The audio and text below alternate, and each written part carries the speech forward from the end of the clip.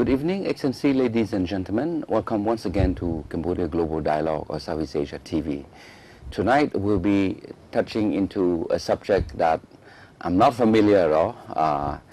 For the whole year that we have this program, we have not got into this particular thematic, but I thought that it's time we start venturing into something that not very much from the last year program, where we talk a lot about economic, trade, globalization, regionalization, a lot of stress on Cambodia future chairmanship next year.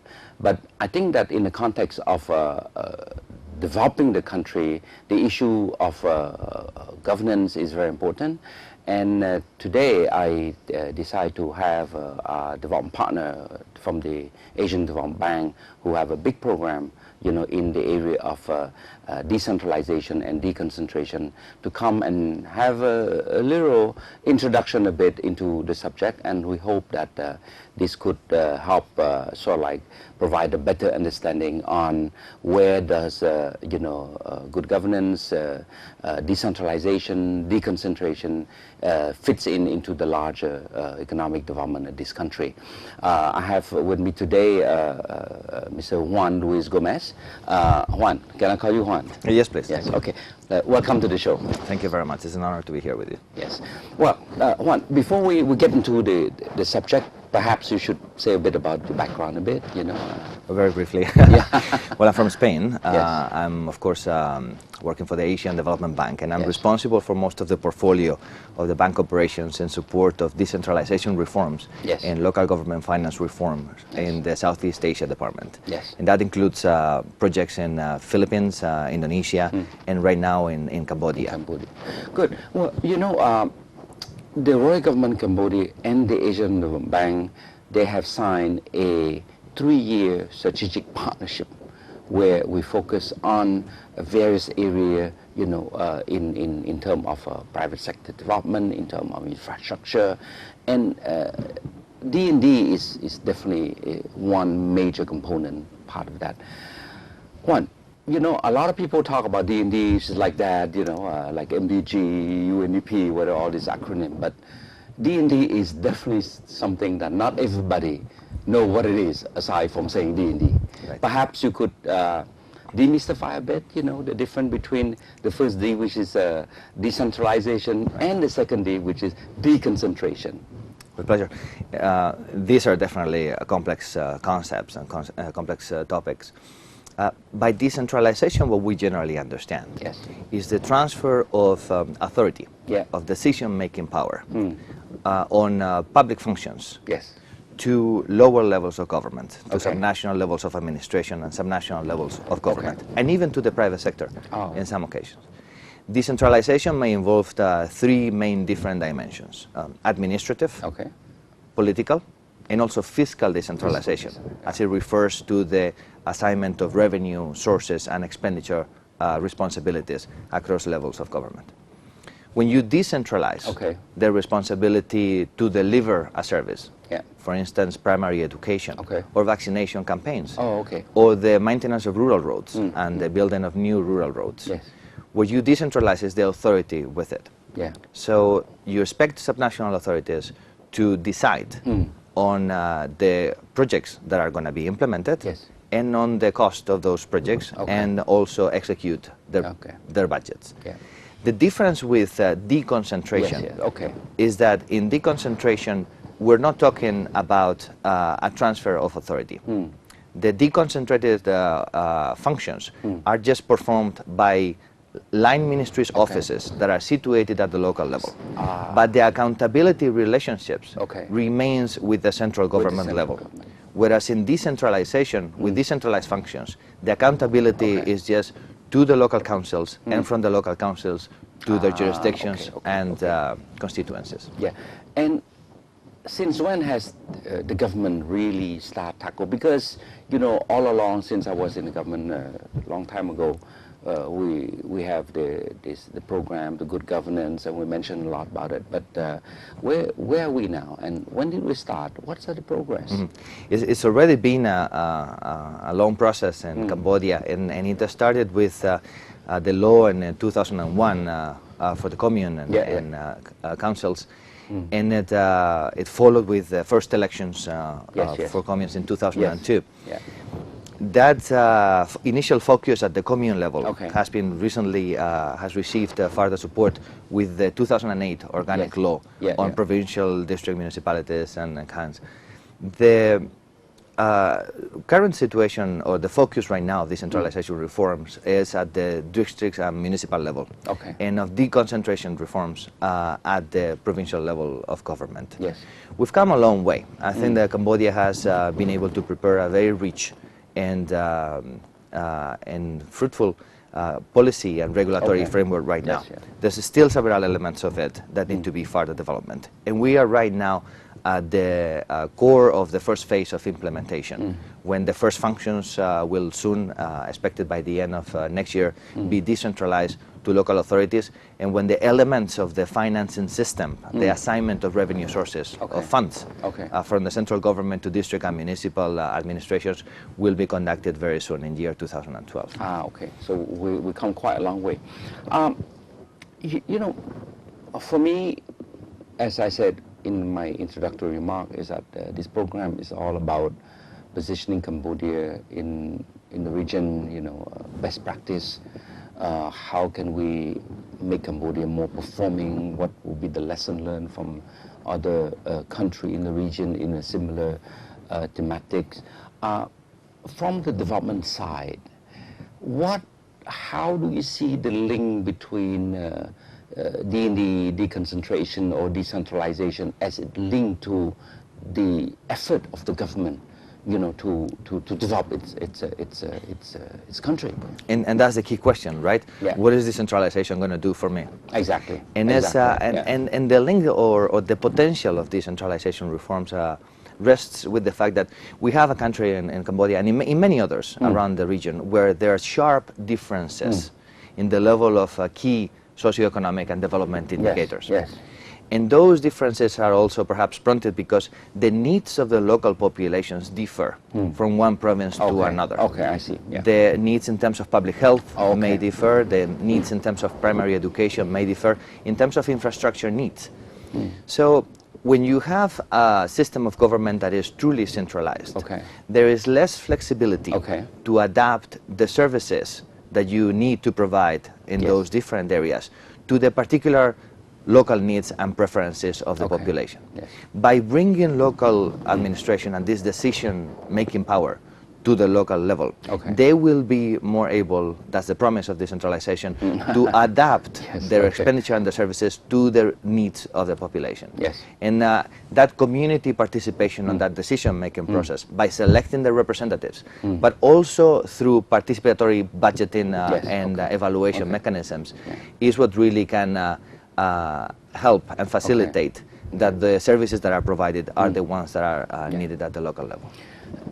You mentioned these the various element or approach to decentralization, and you mentioned something about also not just decentralizing from the central government to the provincial government, but also the stakeholder, which is the private sector. Am I correct in that one? Correct. And if we talk about the private sector, which to me, I'm a fervent believer that the private sector play a big role in the development of a country, whether at the national or at the subnational level, right? Where do they fit? Where does the private sector fit? In many different ways. In many different ways. If we were to focus on what is the local economic development process, which is critically important, and is also a function and a responsibility over which local governments, really at local levels of administration, can make a difference in improving this process. You want to have, for a start, participatory processes for the definition of your strategic plans and development plans at the local level that involve private sector representatives. so that you get their views as to what are the competitive advantages of the regions and the different districts and municipalities, what industries perhaps offer the greatest potential for job creation and for economic growth.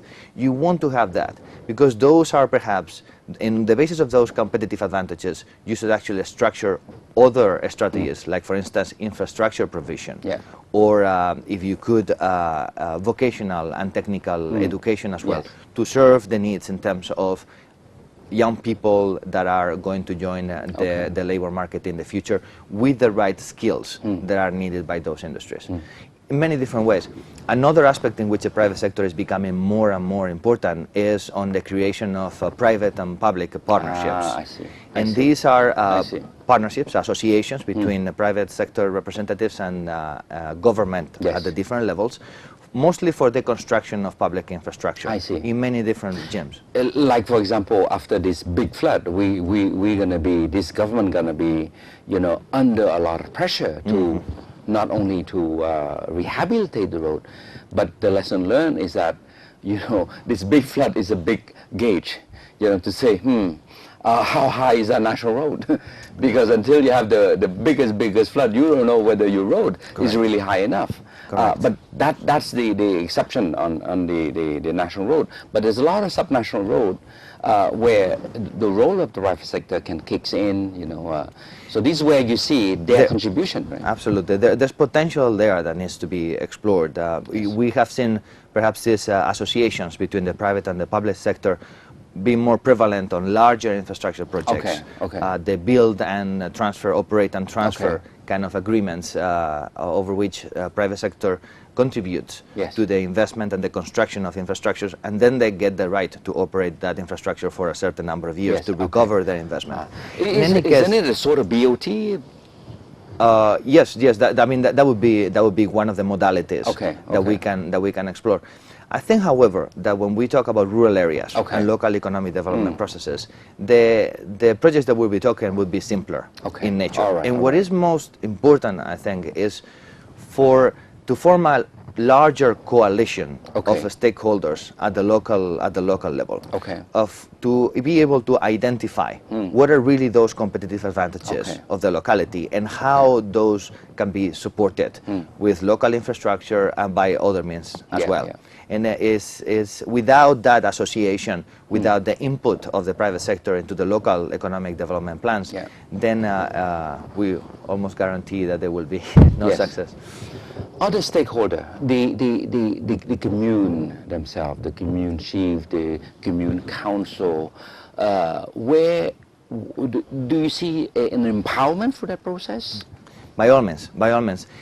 We have seen, I think there was, and rightly so, perhaps, a lot of the skepticism about the role the communes could play after the approval, the enactment of the 2001 law and the subsequent elections. But what we have seen is that the communes have proved to be great stakeholders in the process of development. They have been able to implement very important projects, mostly in the area of rural roads, but also other aspects of infrastructure. And they have been developing their capacities very quick, which actually is a great precedent right now that the focus of the decentralization reforms is moving to the district and municipal level, where there is perhaps even more capacity than the one that you would initially find at the commune level of government. But the experience has been really, really good. The role ADB in this whole process, like I said, we have a strategic partnership with the Asian Development Bank, right? It's clear, it's a 3-year, 2011-2013. There are outcomes that's supposed to be delivered out of this process. In the area of D&D, where do you see your likely achievement in 3 years' time? You know, and hopefully it should be the stepping stone for a longer term involvement in the area of D&D. Absolutely. We need to, for start, and if you would allow me to say that we're at an earlier stage of decentralization reforms in the country, and this is a long-term process.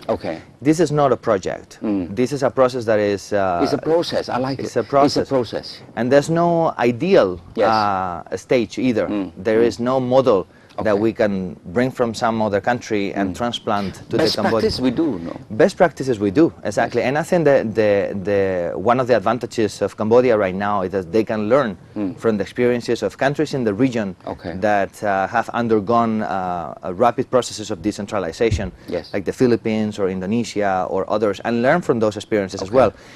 And although there are some critical principles that should guide and criteria that should guide policy formulation, then it is clear that we need to find, and the government is working hard on that, and I think making a really good job on it, finding the model for Cambodia, the one that is relevant to the political economy of the country.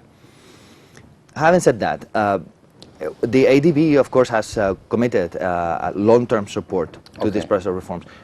We are, as a bank, we're not alone in this effort. There's a large group of development partners that has pledged also very substantial commitment to this in the form of technical assistance and also financial assistance as well.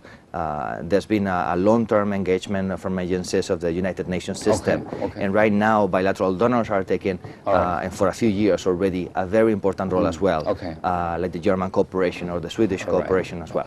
So there is a large group of development partners that are aligned perfectly well with the government plans for decentralization. In terms of the ADB, what we are discussing with the government right now, over the last several years, we have had several initiatives in support of the process. First, we assisted with the construction of the commune centers. Yes, indeed. I go to the province, I see this beautiful initially house. Oh my God! But then you go to the next place, you see the same thing, which is beautiful. Give a sense of pride, you know. That's I think is a key word, and something that makes us feel really happy. They have served those centers actually as a catalyst for commune participation as well. They're multi-purpose as well. They don't only serve for the commune business, but for meetings of community service organizations, and so like really dynamized. Exactly. It was really beautiful to see whenever I go out to the rural areas. So that was our first initiative. More recently, we have been focusing on providing technical assistance, both to the National Committee for Democratic Development at the national level, which is the coordinating institution for decentralization and deconcentration reforms, and also to the Ministry of Economy and Finance in several aspects related to decentralization. And currently, we're in conversations with the government to agree on a larger program of assistance that will include both financial assistance for the finalization of the policy and the regulatory framework, the policy documents and the laws and regulations that should guide the process, for the capacity development of local civil servants, which is an important pillar of this. In the effort that will be required to build those capacities for self-government and for the transfer of that authority will be large. In the excuse me if I interrupt, I just couldn't help, but I'm thinking that, you know, this beautiful council hall there, they must have played a good role during election, you know, national election or the communal election. That's a place where it takes place, no? Yes, indeed. So in a way, it's good that people see themselves, they're going to a nice place, well structured, well organized, and be part of their commune, you know. I think psychologically it's good. It is good. I think it's an opportunity to, there's so much power and potential at the local level, and it can be dynamized and catalyzed with these reforms. Again, as I was saying, this is a process, this is not a project. This is going to transform the way service delivery is done in Cambodia for the next generation. In terms of best practice, what other country that you have seen or ADB have worked with that have succeeded or have not succeeded for that matter, right? I come from a country, Spain, where we... That succeed? Well, you see, there's no black or white. There's a lot of gray areas in here. And that's why I like you say, it's a process. It's a process. We've been decentralizing for 35 years. We still haven't gotten it right. But we've done a few good things. And when I have to refer to experiences in the area that I am more familiar with, for instance, Indonesia is a country where there's been a sustained emphasis in clarifying the first question or answering the first question of decentralization, which is who does what? which level of government is responsible for which what? service. Yeah. Because without that clarity, then we have problems in terms of service delivery. And have they succeeded in answering that They have first question? succeeded to a large extent, Yeah. and the most important thing is that that is an issue that is always on the debate, on the technical debate about I see. decentralization. Yeah, In a country recently that has been making important effort on the definition of adequate grant mechanisms, that has been also Indonesia, but in Philippines as well. Not only developing systems of transfers, I mean, funds allocation from the central government to local governments that allow for an equalization of resources so that everybody can provide at least a similar quality of services and coverage of services, but also introducing incentives for revenue generation at the local level and others. Expenditure is important. Revenue is easy to collect, right? Everybody happy to collect. I don't think a lot of people will be will be agreeing with that. Is that right? Is that right? But expenditure, I think that's probably the most controversial, because easy to collect, but then how about expending? I need expenditure, to make my council run. Exactly, and there is a series of mechanisms that should be in place and will be in place in the next few months, we think. Defining the sources of funds that will be available for the local governments. And they should include three main pillars, perhaps. One of them is fiscal transfers. Transfers of funds from the central government to the local governments that are certainly unconditional in nature, so that the local governments, local levels of administration have some decision-making power over which projects to finance. And the second one is in the future, but we know that the government is already working on this. We will need to define tax and non-tax revenue sources for local levels of administration. There is a need to include the subnational administrations in the effort of collecting revenues in the country as well, because that is a great accountability mechanism as well. People will pay more gladly their contributions to certain public services if they know that that money is going to be employed in delivering the services that they have an opportunity to decide upon. I see. So that's a great accountability mechanism, and is one of the key pillars of decentralization that is also a key pillar of the government's strategy. We're running out of time. Juan, I'd like to ask you for a few last words that you want to be remembered. Bear in mind, I say this because you say that, look, we're just in the early part of the process. It will take time, right? But where would you like to see Cambodia 5 years down the road when you come back 5 years from a mission somewhere else? You say, I was here in 2011, now in 2016, wow, oh my God, right? So either way. Right. Well, I will have to refer then to the goals of the National Program for Subnational Democratic Development of the government. I think it's very clearly defined there that the vision and the main goal for these reforms is to have democratic, inclusive growth and equitable growth at the local level through subnational administrations that are able to deliver services efficiently and that also have the capacity to collect their own revenues. I think this process, as I mentioned earlier, is going to transform Cambodia in many different ways, and we're definitely very excited to be one of the partners that will be able to support it. Well, Juan, I thank you so much for coming and really inject all these sophisticated concepts, which I think I can get about 5%. Oh. Right? But next time I'll get another 5, and by the time I see you in 2013 or so, I should say, look, I know enough about decentralization to engage you without referring to my note, right? But no, seriously, I think it's important, the partnership between the Asian Development Bank and the royal government in the pursuit of I like your quote to say equitable development. This is important.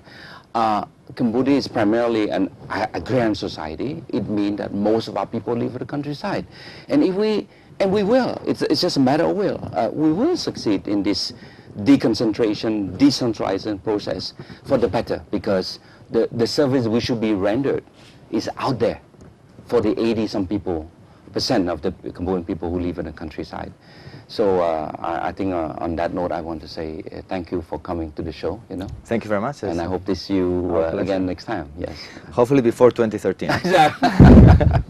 Good. Well, Excellency, ladies and gentlemen, before I close, I can't help but remember my first meetings, my first job in Cambodia, way back in sometime in November 1993. That was the first meeting I had was with the UNDP at the time, and it was with the first intermission meeting on administrative reform. That was right after the peace process, right after the formation government, and I happened to be, asked to join, in that meeting with UNDP there. And 93, 2011, we were 18-year, time span, and we come a long way. And I look forward to see this progress accelerated, I would say, in a much more quantum leap in the near future. So once again, Juan, thank you so much. And I also want to say thank you to the Asian Development Bank also for being side by side with the Royal Government in this endeavor to improve the life of our Cambodians. Thank you. Thank you so much. Yes, thank you. Good night.